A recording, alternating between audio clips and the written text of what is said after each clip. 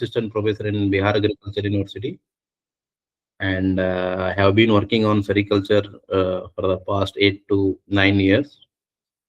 And I thank the organizers, the dean sir, and my respective colleagues for inviting me to deliver this lecture, as well as Meadow Agriculture, who is organizing this.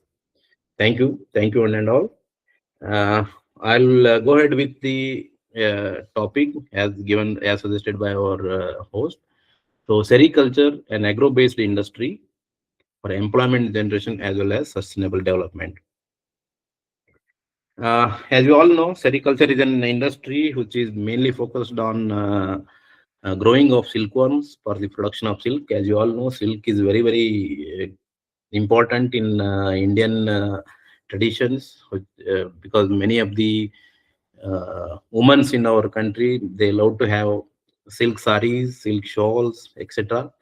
But at the same time, there is a lot of practically or labor involved in these sector, because the sericulture industry is as a whole, as you know, it involves cultivation of the host plants and rearing of the silkworms, and then coming to the industrial part, which is also a labor intensive. It is highly labor intensive. So it is an mostly dependent on the cheap labor, which is very important for this industry. And for the sustainable development, and this as a being the second largest population country in the world, India is also having its lot of scope in this agriculture sector, because it involves even late with aged people also, and even children can also learn how to rear the silkworms. So it involves all the working women as well as housewives. So it is overall, it is continuously it is supplementing the uh, subsistence, yeah, or otherwise self-independent, like that. If you want to, if anybody want to have their own industry or something like that, they can easily have the sericulture as options. And it is an agro-based industry because it involves agriculture as well as industrial part also. And China, India, Uzbekistan, Vietnam, and some other countries are the major silk producing countries. And China is the largest producer in the world, and India is the second largest producer of raw silk in the entire world, and second largest producer and biggest consumer also in the entire world. And we also import some, in spite of being the second largest producer, we also import some of the raw silk from the China, and it was worth almost 2,500 crores also in the last year. And there is a large production gap in domestic as well as global demand is there. So it needs, even some other people also take up the sericulture as their occupation also. There is no dearth in doing this. Okay. And sericulture, you can see there are different types of silkworms in the world, and all the four types, there are four types actually: mulberry, tussar, muga, and eri. And all these four types of silkworms are available in India. And India is the only country which produces all these types of four silkworms, because none other than India, uh, any country produce these silkworms, because the muga silkworm, which is very specific, and it is only produced in the Assam region. Even in India also, it is not present everywhere. It is only present in the northeast states. So that's why India is the only country which produces all different types of silkworm. And the green color, this entire patch indicates, it is mulberry silkworm. And highest production is in India is in mulberry silkworm only. You might be knowing Kashmiri silk, some people say, or Banarasi silk, Mysore silk, Kanchivaram silk. These are all silk, it is all mulberry silk only, but it is called by different names. And tussar is almost here in Uttarakhand, then Jharkhand, UP, then Bihar, Odisha, and some Maharashtra. In Maharashtra also, some of the uh, districts they are having Tussar silkworm, and one more is eri. Eri can also be grown in northeastern states, Bihar, Jharkhand. These are some of the states where you can find the eri silkworm. And you can see the different types of silkworms here. There is a mulberry silkworm. It's known as Bombyx mori, and it feeds on the mulberry host plant. Eri silkworm, it is feeding on the castor, casaro, tapioca. These are the host plants actually on which these, and the mulberry can only be fed on mulberry plant. It won't feed any other plant. It is a monophagous insect actually. It feeds only on the mulberry. But eri, you can see, it can feed on castor also. It can feed on casaro or maybe tapioca also. And tussar, it is feeding on the Arjun as well as Assam, and it is actually a tropical tussar. And there is one more, there is a temperate tussar, and it is mostly present in the Uttarakhand or some of the parts of Uttar Pradesh, eastern Uttar Pradesh, where the oak trees are present. There it can be grown. And Muga, as I earlier told, it is only specific to Assam or northeastern states, and it is feeding on the forest plant, that is Som and Salu.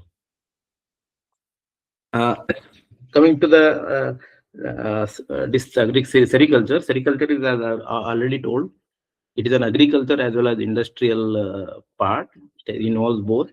And in agriculture, you can see there are two separate sections. One is growing up the host plants, because it involves, as you know, like whatever we grow, like maize, rice, like that only. It can, we also grow here the mulberry plant or maybe tussar host like Arjun, Asan. Whichever plant is there, we have to go through all the agronomic practices actually. We have to prepare the land, we have to plant the cuttings or maybe seeds, we can multiply through propagation. It involves a lot of agricultural practices, weeding, application of effective dose of fertilizer, pest control, whatever the practices we follow in agriculture, the same practices are also followed in growing up the host plant. So it is an agriculture part where also there is a scope for a lot of labor engagement, and even plucking of the leaves, irrigation, weeding, pesticide application. So each and every activity you observe in agriculture section, the same can be observed here also. So it involves labor here also. And there is another part, rearing of silkworms. Here also you can see after, when the plant is grown up or maybe 2 or 3 years later, when you start the actual rearing of the silkworms, there also there is involvement of lot of labors. You can see from the plucking of the leaves to cutting, feeding to the larva, then cleaning up the worms or maybe cleaning up the excreta or dried leaves. So it is indoor also, and some of the worms are indoor also, and some of the worms are outdoor also. So based on that, you can easily plan, and where also there is a lot of involvement of labor, and it is a skill also actually. Okay. Then coming to the industrial part is completely different. After the production of the cocoons, we have to market it, and after the marketing, whoever purchases those cocoons, it has to go through the reeling, re-reeling, weaving. It's like, as we see in cotton, same procedure also here also followed. It involves a lot of machines here. So even though there is involvement of machines, here also there is a requirement of lot of human beings and labor involved for the reeling, re-reeling, printing of the sarees or coloring, decoloring. So it is completely a bouquet of, I think, what to say, bouquet of labor intensive industry it is. Coming to the job opportunities, there are some of the job opportunities. In government sector also, there are some posts like sericulture researcher, sericulture lecturer or professor. Inspector also, the quality inspection will be there. And there are some other jobs like field assistant jobs. In private sector also, many of the people nowadays are going for the grainages actually. Grainage means it is a type of egg production center actually. Grainage is a egg production center where scientifically eggs are produced. Silkworm eggs are produced actually. So there also there is a lot of involvement of laborers and the commercial chalky rearing centers, and these are becoming very popular nowadays. Even after BSc or MSc, some of the graduates are taking up this commercial chalky rearing centers. Here, actually, the first and second instar larvae are very susceptible to diseases, and they need particular skill to rear. So many of the fellows, many of the mm, other farmers, they can't able to take up the first and second instar larva because of these because of the involvement of lot of skill in this first and second instar. So what they are doing is nowadays they are purchasing directly the third instars. Farmers are not buying the eggs directly, and they are actually purchasing the larva in the third stage, so that they can rear only for, because the silkworm is a 5-stage larva, wherein first 2 stages are called as chalky worms, and third, fourth, and fifth instars are called as late age worms. So many of the farmers are nowadays mainly focusing on late age worms because there won't be any skill required here. Just they have to bring the leaf, and they have to feed. They have to feed. That's it. But in first and second answer, there is a skill involved actually because of the uh, specific temperature, specific relative humidity, then sanitation, keeping upkeep of the rearing house. It is very important. So many of the and these commercial chalky rearing centers are taking up in huge numbers nowadays, and because they are becoming very popular. And there is one more thing, sericin. Sericin is actually protein which is present on the silkworm thread, and during the reeling process, this sericin is dissolved in the hot water, and that will be extracted, and that is used for in most of the cosmetic industries, food industry, they are using, and it is very costly nowadays, and many of them are even taking up the sericin extraction units also. There are many reeling units, and most of them are even silkworms are taking up as a food.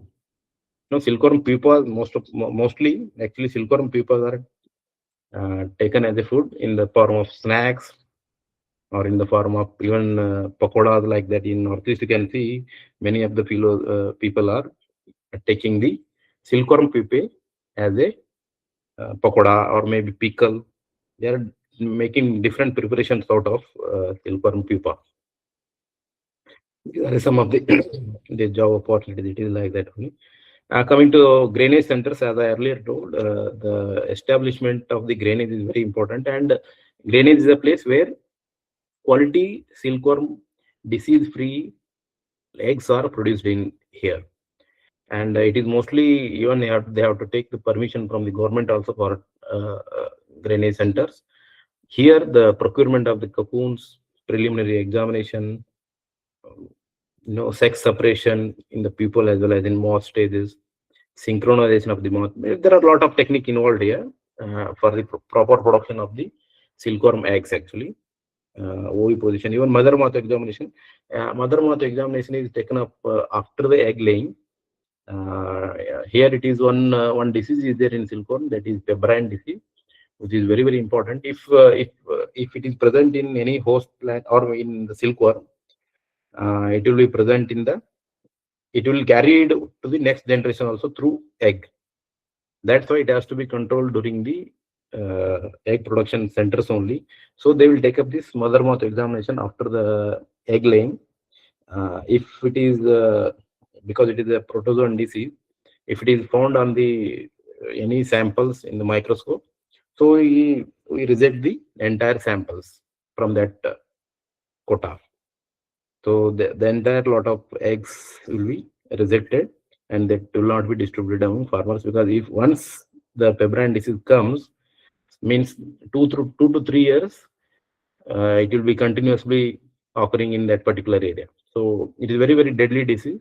That's why this particular mother moth examination will be taken up in the grainage centers, because quality seed is the backbone of the entire sericulture industry. So that is very, very important to take the proper eggs in the from the particular area, because even Central Silk Board also has got very, very vast network of egg production centers throughout the country, throughout the country. But in spite of that, they can't able to cater to the needs of all the farmers. So nowadays, even private people are also taking up the grainage centers with the permission of Central Silk Board, and they are also providing the quality eggs. But there are some standard checks which will be monitored by the Central Silk Board. As I earlier told, the chalky rearing centers, the first two instars are very important. They need optimal temperature, hygiene conditions, quality of tender leaves, and other rearing good facilities. And along with that, there is a skill involved in the first and second instar. So it is very, very important, because they has to go through black boxing also, and proper feeding also. Even for chalky rearing, there is a separate recommendation of nitrogen, phosphorus, or even FIM also, because that should be nutritious, succulent. Then only the first and second instar will be healthy. That's why there are separate recommendation for even plants also. So whatever you want to feed to the first and second instar, for those there is a separate recommendation also during the post plant production. So chalky rearing centers are taking up in a huge number, especially if you go to southern states like Karnataka, Tamil Nadu, Andhra Pradesh, wherein a lot of people are actually engaged in uh, establishment of the chalky rearing centers, and they will rear the first and second instar in their laboratories or maybe in their proper centers, and after that they will distribute or they will sell the third instar larva to the farmers, so that farmers need not to worry about the uh, hygienic conditions, quality of tender leaves, all these whatever as I told, so that they can mainly focus on uh, like whatever how you people already know that, because many of them are veterinary fellows. So like cow, buffalo, goat, whatever we feed them normally, like that only if you feed the first, third, and fourth and fifth instar, silkworm rearing is very, very easy. So most of them are nowadays doing the same thing. That's why chalky rearing centers are very, very important nowadays, because raising healthy and robust hangworm is very, very important. Okay. As I told, extraction of sericin, actually, sericin is, the silk is made up of two fibers actually. One is sericin, and another one is fibroin. Sericin is only of 25%, but it is a gummy and gelatinous substance, and it is hot water soluble. And fibron is actually what we see the cloths, silk cloth, silk saree, silk, whatever made out of silk. So that is mainly due to the fibrin. But sericin will be dissolved during the reeling process. But after reeling, the entire hot water, whatever it is, so after it is solubilized in the hot water, that will be excreted, and it has got antioxidant, anti-tyrosinase, antibacterial, anti-tumor, UV absorbing. There's a lot of properties actually. That's why it has been used in several cosmetic industries, food industries nowadays, biomedical polymeric products also, food industry as I already told. Silkworm as a food, as I told you, silkworm snacks are coming up nowadays. Silkworm pupae. Coming to the hierarchy of events during silk production, this is how we go from establishment of host plant to the weaving, or maybe the final product, that is cloth or sari, whatever, shawl, whatever you say. The first major thing is the host plant production. It starts from the nursery, where in nursery development is also very, very important. Here also there are a lot of scope for establishment of the nursery. Many people are taking up the nursery also. Egg production centers, as I told, there are private as well as commercial cocoon production centers or grainage centers. Even after that, the eggs needs to be transported to the different centers. There is a incubation also, black boxing also. Black boxing is a process wherein we keep the eggs after 8 days in a dark room with the covering of the black cloth, so that due to photoperiodism, the eggs can hatch on uniform day. You know, it is best because of uniform hatching. We follow the black boxing procedure in silkworm, and after that, brushing comes and chalky rearing, late age rearing, mounting. Mounting is the process where shifting of the uh, matured worms to the chandrika, that is called as mounting. And after that, stifling is the process where killing of the larva, actually before the reeling process. And after that, reeling, re-reeling, twisting, weaving, these are all the industrial part actually. That is also an important process where it involves a lot of labor. All these steps involve, in every step there is involvement of labor or manpower. So it needs huge manpower here. Coming to the life cycle, briefly, I will tell you the life cycle. Actually, see, you can see the eggs here. After that, eggs are hatched, and first instar comes up. There are 5 life stages, larval stages actually in the silkworm larva, silkworm insect. Actually, the first instar is very small, maybe of ant size, black and small black ant. So after that, it goes on feeding. It crosses through the different 4 molds and attains fifth instar. And after that, it matures. And after this, it has to be shifted to the chandrika so that it can prepare the cocoons. And if you are going for reeling, we have to kill the larva, kill the pupa. Then only we can extract the silkworm thread. Or otherwise, we can also take the cocoons for grainage purposes also for the next cycle. If you want to have the next cycle eggs, then the live pupa can be taken up for the grainage centers. And Central Silk Road is the only organization in India which is mainly focusing on this silkworm, and it is located in Bangalore, and it has got many centers throughout the country. And some of the centers are mainly focusing on Mulberry, like Central Sericulture Research Institute, which is located in Mysore, and Murshidabad in West Bengal, Pampore. It is mainly focusing on Mulberry silkworm. And there is one more CTRTI, Central Tussar Research and Training Institute, which is located in Ranchi.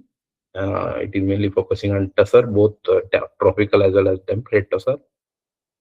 And Central Eri and Muga Research Station, which is located in Assam, is mainly focusing on Eri and Muga silkworms. Their technology, egg rearing, reeling, whatever it is, all the entire related concepts or technologies are developed through these stations, and it has got wide network throughout the India. And there are national seeds organization is also there, and they will actually produce and distribute the silkworm eggs among the farmers. And there is a germplasm center also in Hosur, and it has got many germplasms of both host plants as well as silkworm races, which are very prominent in Indian conditions. And there is a lot of work is also going on production of different varieties, both on host plants as well as on the silkworm side. And the Central Silk Board is the only organization which actually deals with the all these, and it also advises the government on the import and export related queries to the central government of India. As I earlier told, even though India produces the second largest in the world, in spite of that, we have to import the lot of raw cocoons from China, because we import lot of cocoons as there is a domestic demand also, but India produces actually end products compared to China. We produce the end products like sari, shawl, and some other material out of silk, and we export the ready to use products to the other countries. That's why, and there is also a demand inside the country also. So in both the cases, that's why we, even though we produce large quantity of silk raw cocoons also, in spite of that, we import cocoons from the China to meet the export needs of the other countries. During the silkworm rearing, there are a lot of factors which actually help, or otherwise, they are they are what to say. Climate and climate actually is mainly important, which is 37% is depend means, because temperature, relative humidity is very very important during this during the production of silkworm rearing. So it affects actually climate in 37%, like that. There are some issues there. Mulberry leaf is 38%, rearing technology 9.9 to 10%, silkworm race actually 4 to 5%, silkworm makes 3%, and other factors actually 3 to 7%. Disinfection is very very important actually. Uh, During the silkworm rearing, uh, if you don't disinfect or the entire hall before rearing, there is a lot of chances that other diseases may easily uh, act upon, and they kill the silkworm larva during rearing. That's why it is very very important to keep the surrounding area very clean, spacious, ventilated rooms for the better silkworm production, silk production. There are requirements of rearing house also. The rearing house should be very very well ventilated, and it should be in the north to south direction, so that there is a proper sunlight and ventilation, and there is a proper space for veranda also, so that rats and other things should not come inside. These cross ventilation, open veranda. I can show some pictures also here. Ideal house should be like this. Dampening should be avoided, stagnation of air, direct sunlight should not be there. Okay, these are all the conditions, so should be avoided. You can see the proper rearing house should be like this. It should have a veranda also, and proper aeration, proper windows, proper doors, so that there should not be a buildup of any humidity inside the room. Because whenever, because 100 DFL larva means almost you will have 10,000 to 12,000 larvae actually. So if they respire and if they urinate, there is a chance that there will be buildup of humidity inside the room.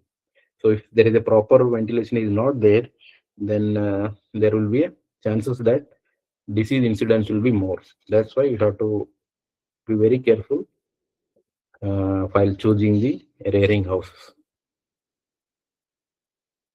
These are the recommendations. So it's not important. Actually, it is a huge slides actually based on the topic, but I am also going through the other entire silkworm this one also. Based on topic, it is not needed, but still I am just going through the silkworm rearing practices, so that if anybody interested, or maybe somebody ask you regarding sericulture, so that you can easily tell them about this industry also. These are the actually silkworm eggs that will be egg boxes, we say.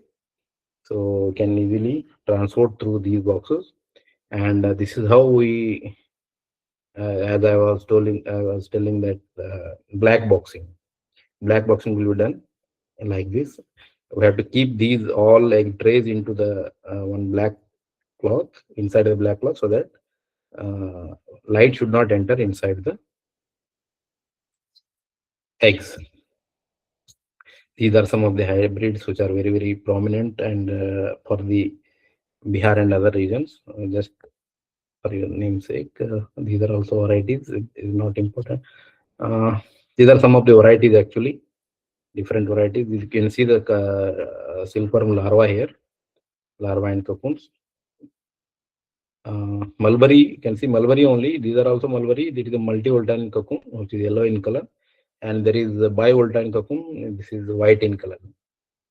Okay, so these are some of the varieties which are developed by Barampur. These are the varieties actually, which is very, very important for mulberry growing. Mulberry, these are the mulberry varieties. These are the recommendations also, NPK as well as FIM recommendations, and especially the spacing is also very important.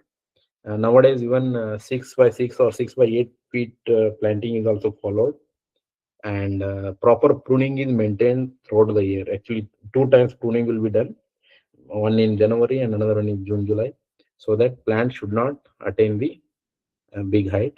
So even even we can go for intercultivation also in these 6 by 6 feet or maybe 6 by 8 feet planting system. We can go for intercultivation of the other crops also. See, you can see here the different planting systems. This is 2 by 2 planting system. So to enhance the leaf quality and quality of the leaf, quantity as well as quality of the leaf, nowadays it is recommended to go ahead with the 6 by 6 or maybe 6 by 4. But for chalky rearing worms, 2 by 2 planting system is very, very important, and 2 by 2 is mostly recommended actually. And these are some of the varieties. Just rainfed conditions, specific conditions like that, acidic soils, a lot of technologies are there, a lot of varieties are there.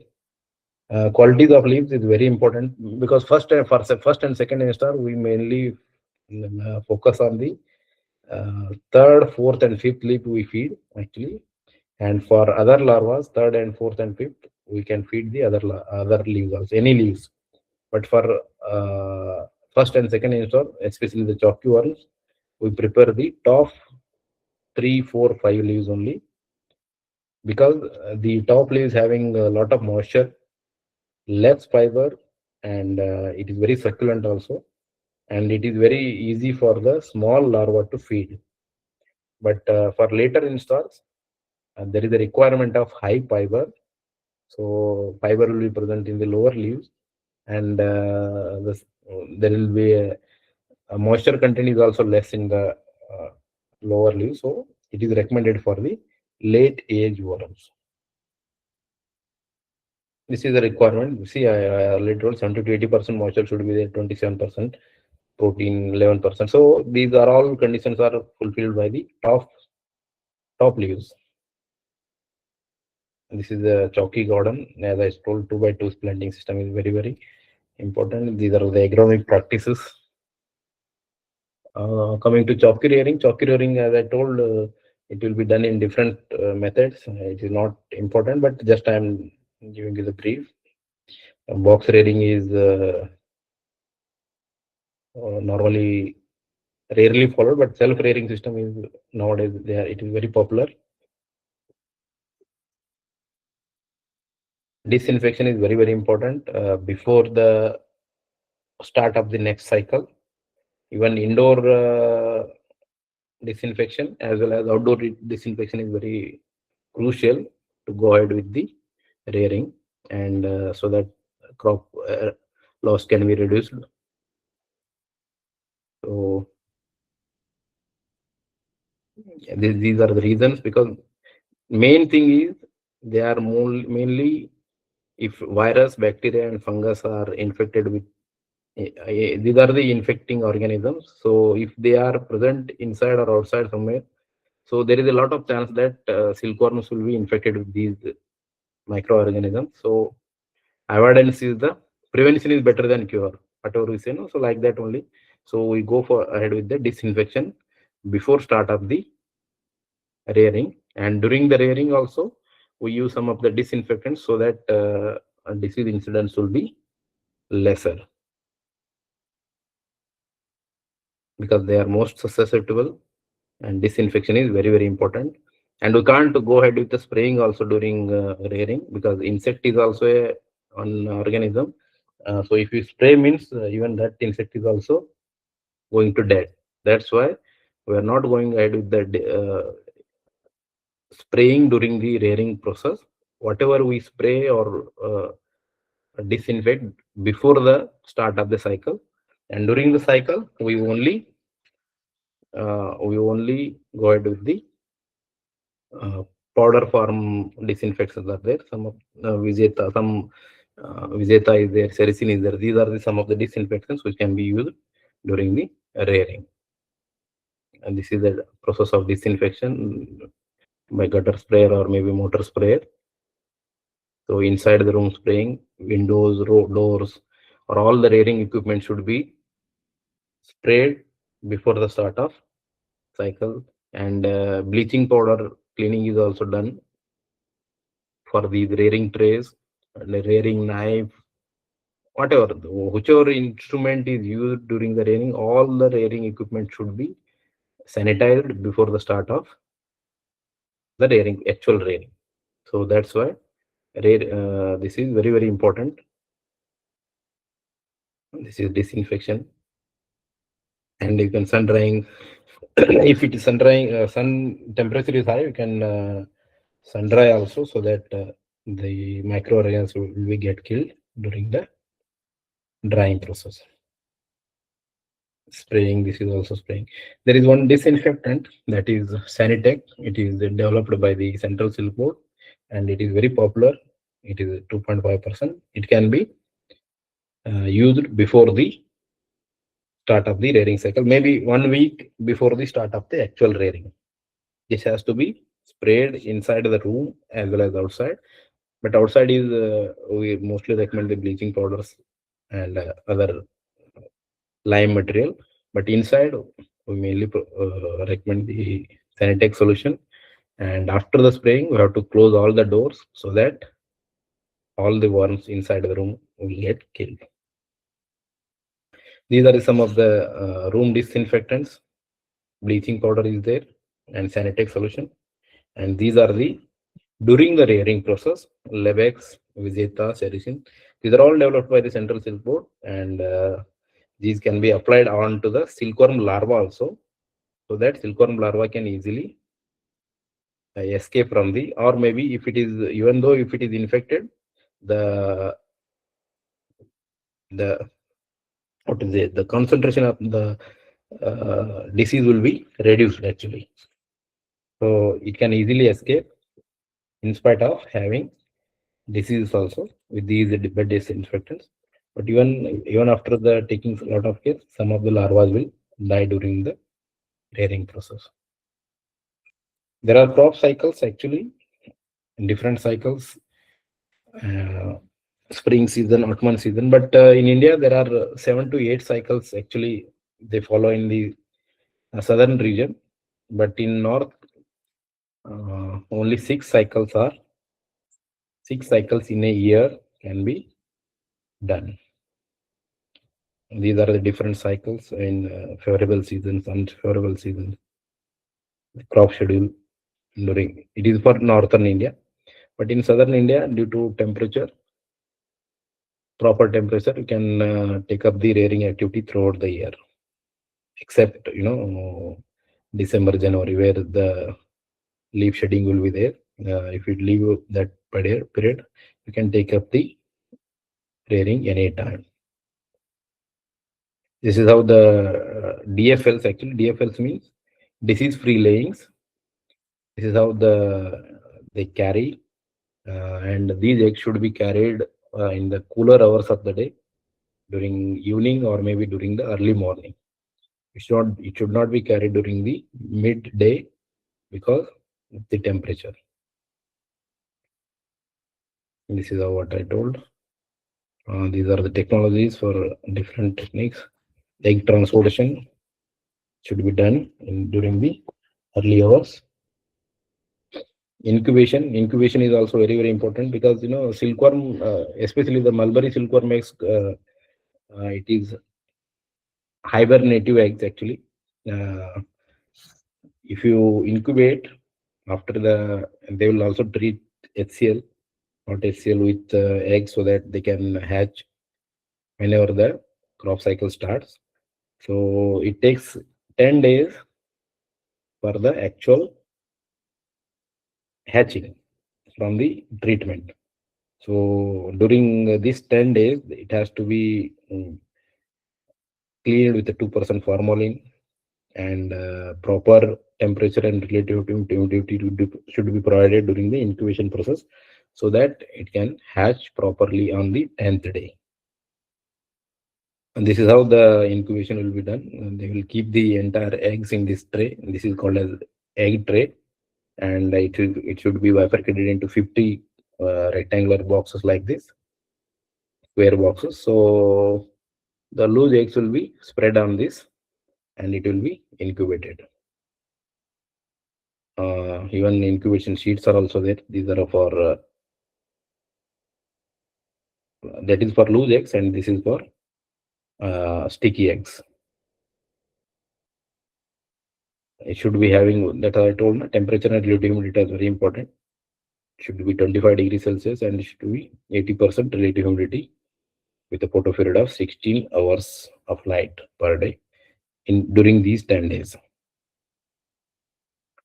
Incubation is very important, and after that, during the incubation stage only, after 8th day, you will find like this, black. Earlier, the eggs will be like yellow. These yellow eggs will turn into a black sided pinned stage, we call it. Sorry, we call it as a pinned stage. And if you observe this type of eggs, pinned stage eggs, we have to go for black boxing actually. On the 8th day, we have to cover these entire eggs with a black cloth, so that the uneven eggs, whatever are there, they will cope up with during this period. And on the 10th day, if you open to the sunlight, all the eggs will hatch uniformly on that day. So uniform hatching is very important in silkworm. So that's why the black boxing is followed. This is what I told, black boxing. Uniform hatching is very important. So we will cover the entire tray with the black cloth like this. So that photo period is very important during this period. And during this period, if whatever the eggs are ahead, they will retard their growth, and whichever eggs are on the back side, they will faster their growth, so that uniform hatching will take place on the 10th day. So this is very important. It is a photoperiodic concept, which is very common in insects. So the light, which is actually playing as a catalytic role here. This is a black boxing transportation. And after the 10th day, you have to directly show it to the sunlight. Also, you can use the bulb also, so that the eggs will come out like this. So you can see the larva will come out from the egg like this. You can see they look like almost ants, black ants. So after that, we have to plug the top 2 to 3 leaves here. You can see in this picture. So those leaves are cut like this, and cut into 0.5, 0.6 mm pieces, and that will be given to the silkworm larva, young larva. You can see the black ants here. It's also called as black ants actually in silkworm industry. So this is the brushing process. After morning 8 to 9 mm, this will be done. So shifting, brushing. This is a recommendation of leaves required for rearing of different varieties, multi and bi over time.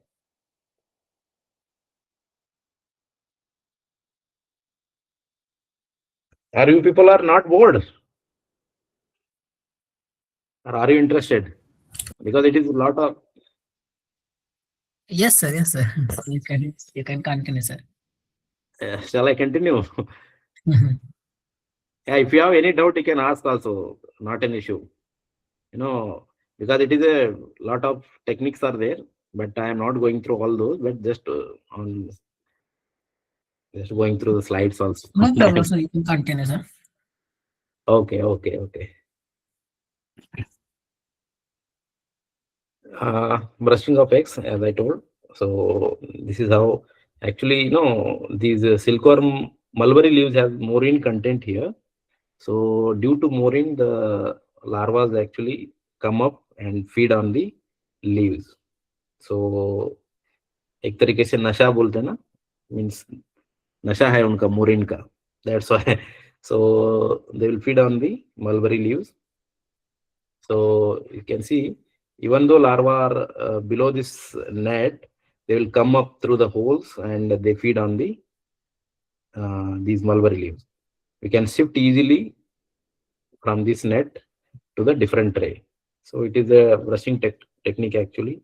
It will be done during the rearing process.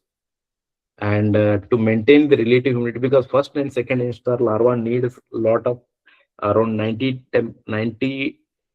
relative humidity, and 90 and 90 above 90% relative humidity, and it requires 28 to 29 degrees Celsius temperature. So sometimes even rearing rooms doesn't have this temperature. So that time, what we do, we'll use the paraffin paper below, and we use this foam sheets, so that we can easily maintain the relative humidity inside the rearing tray, at least not in the entire room, at least on the rearing tray, the relative humidity and moisture will be maintained. This is how feeding frequency is there.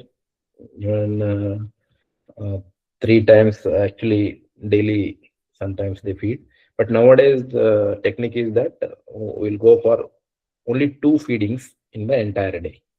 One is during the morning and during evening, maybe 6, 7 o'clock. One feeding will be provided, and another feeding will be in the morning, 9 to 10 a.m.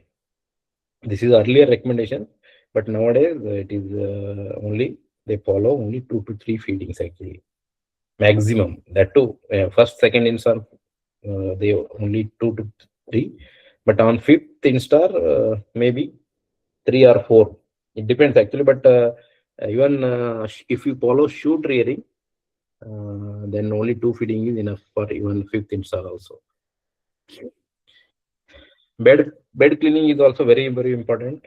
During the first instar, because the larva is very small, and bed cleaning is not at all recommended here, because if you touch the larva, even infection chances are also more.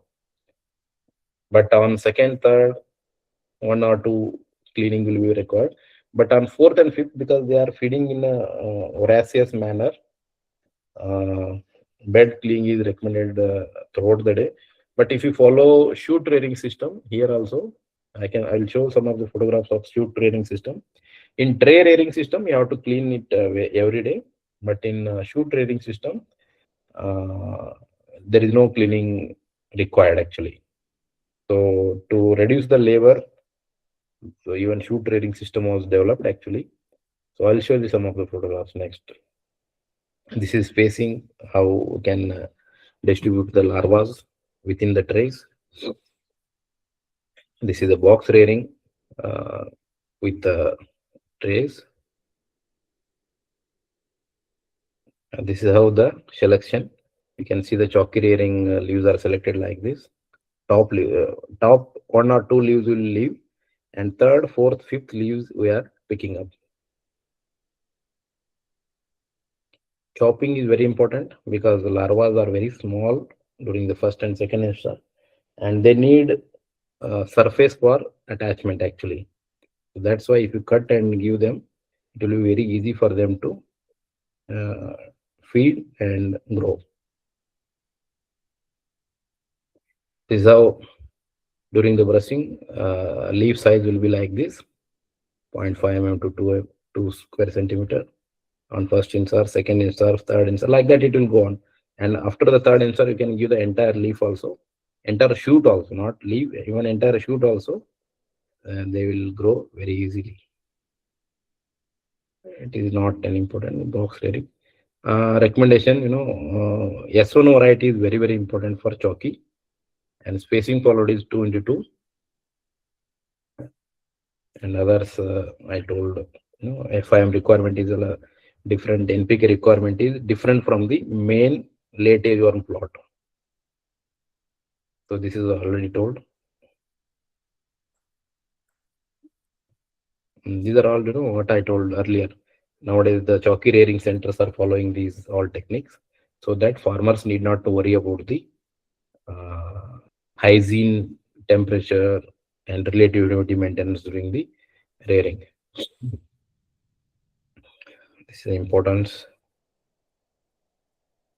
These are the varieties. S61635 is a very, very important variety, which is very much recommended for this region also. In Bihar, West Bengal, Jharkhand, this region also, this variety is very, very important. This is how the rearing will be practiced on the trays. These are the second insert larva, you can see. So he is picking up some of the diseased worms, I think. Okay. So removal of diseased worms is also very important. And after that, we have to wash our hands with the bleaching water. There will be a solution in the rearing house, actually. So if you touch the diseased larvae, then we have to wash our hands, and we should not enter the rearing house with slippers and other, so that infection should not carry inside the room. This is how you can see here. Here he is applying the bed disinfectants on the larva, so that incidence will reduce during the rearing. And this is how it has to be cleaned, because if you don't remove all these dry leaves, means leaves which is left there, it will also create the fungal development inside this. So removal of these are very important.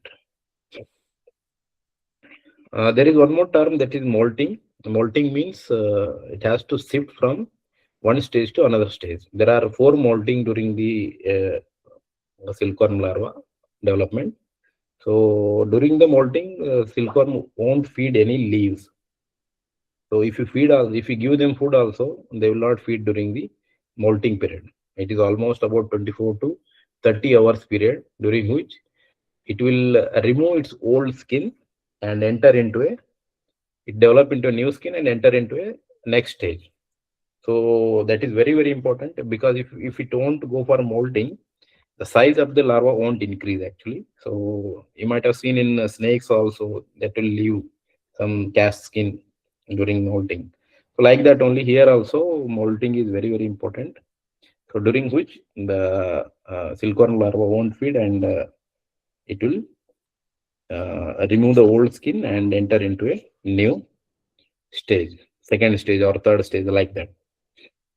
And during molting, we have to properly maintain the relative humidity also, and we should not give food. These are some of the measures we have to take during the molting.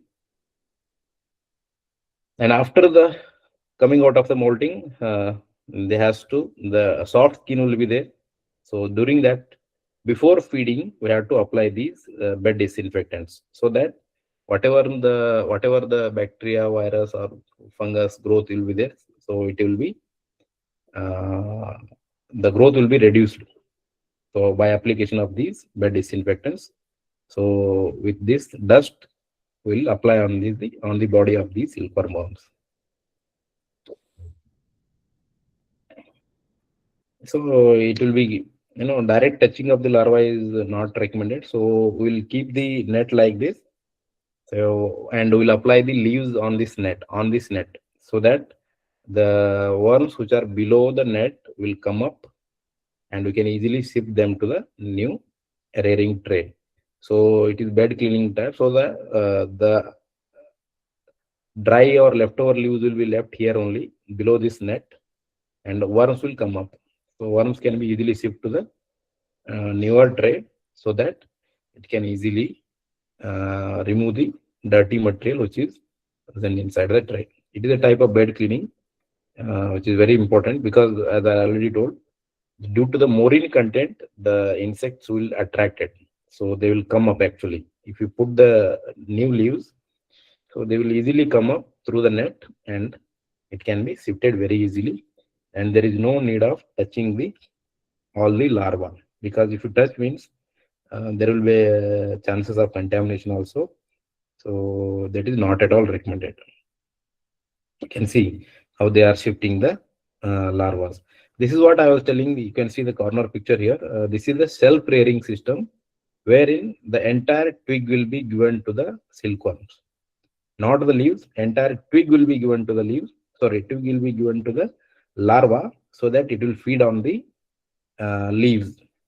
Okay, but here the bed cleaning is not at all recommended. If it is heavy, also some one time during the entire 10 days. Fourth and fifth instar, entire period will be around 10 days. During this entire 10 days, there is only one recommendation. You have to apply the proper bed disinfectants, and there is no need of bed cleaning actually. You can clean the bed after the rearing, completion of the rearing. You can see how they are following the shoot rearing system. It is actually the entire structure is made up of bamboo, and it can be used for shoot rearing system. You can see the shoot rearing system here.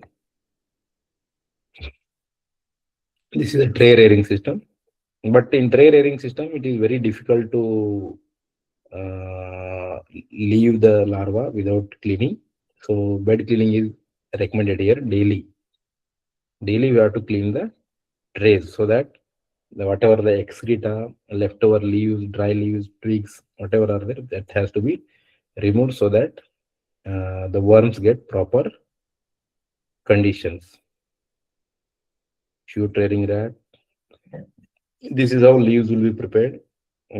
Preserved actually with a gunny cloth so that it should not get dried. These are the cocoons.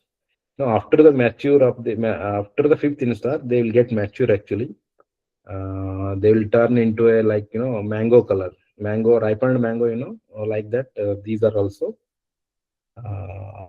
they turn into a yellow color, and they will raise their head so that we can identify them very easily. And after that, that has to be shifted to the chandrika.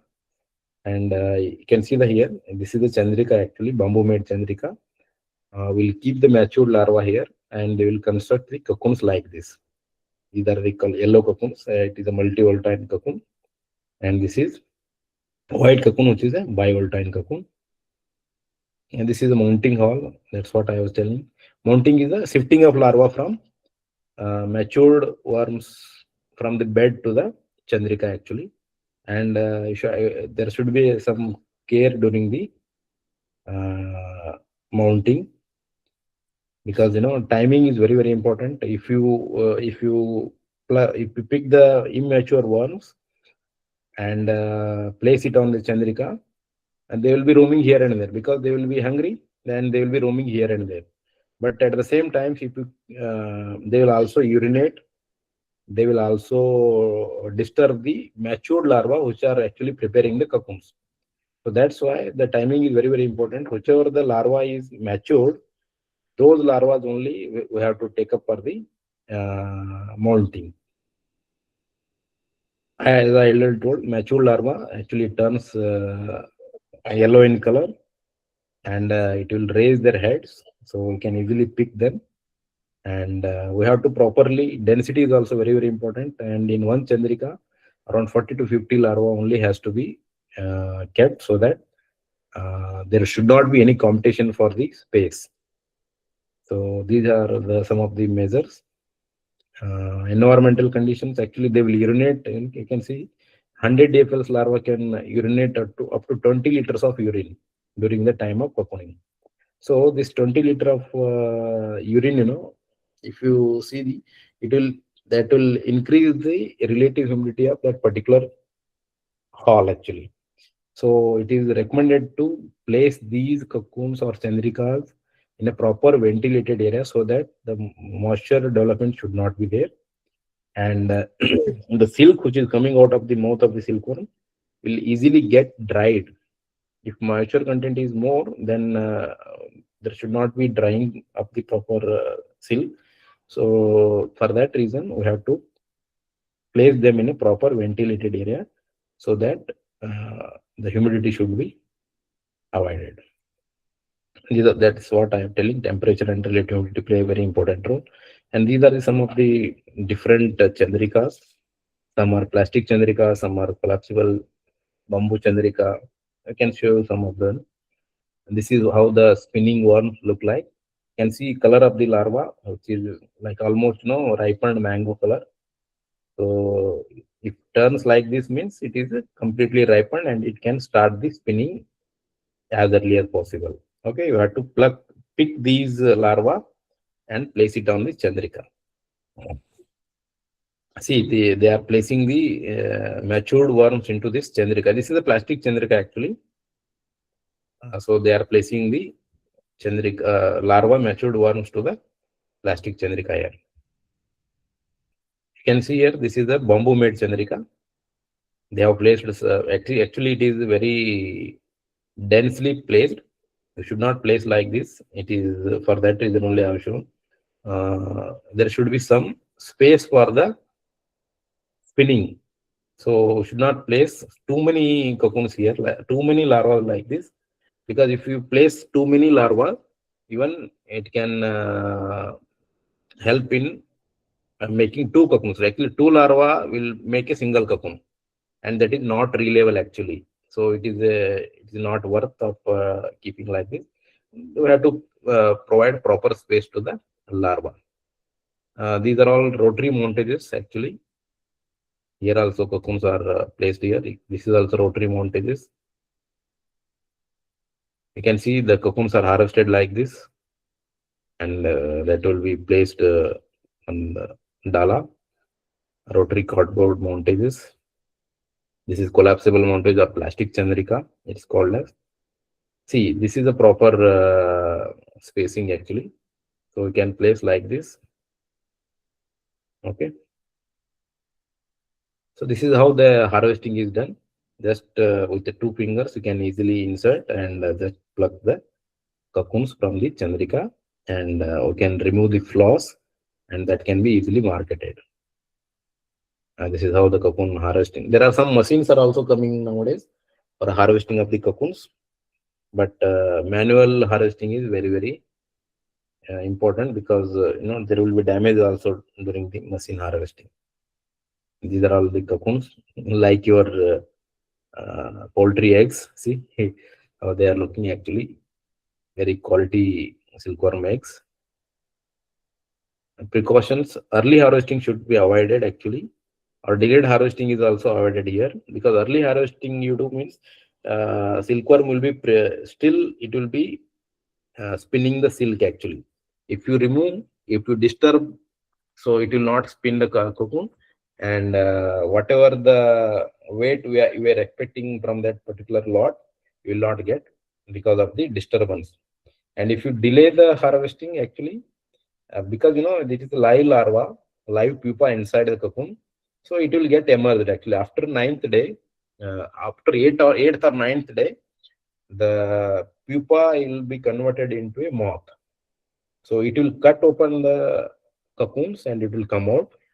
So in that time also it is not reelable actually. You can't able to reel that particular cocoon. So delayed harvesting is also not recommended. So harvesting is only done on the 6th and 7th day. So, and within those 2 or 3 days only, you have to market it also. If you keep it, it is also a hazardous actually, because moths will be get emerged, and that time you won't get any price for that particular cocoons. These are all the different cocoons, different varieties. The size and shape of the cocoons differ from the different varieties. Silkworm races. cocoons will be assessed based on the size, shape, and different parameters are there. So they will check it and they will confirm the price. These are some of the malformed cocoons. See, as I was telling here, you can see two cocoons, two larvae or three larvae combinedly made a single cocoon. So it is this cocoon is rejected actually, and these are all cocoons are rejected actually. We have to remove, sort it out. These type of cocoons. Some are urinated cocoons, some are you know bulged cocoons. These are all malformed cocoons actually. We have to remove them before marketing so that we will get the proper price for the cocoons. Otherwise, in the market they will reject, or maybe they will quote the lesser price for your cocoons due to these type of cocoons. Okay, thank you. If you have any doubt, you can please ask. Actually, I took if you go, it is still a lot of technologies are there, but still I try to finish it so that for your understanding. If you have any doubt, you can please ask.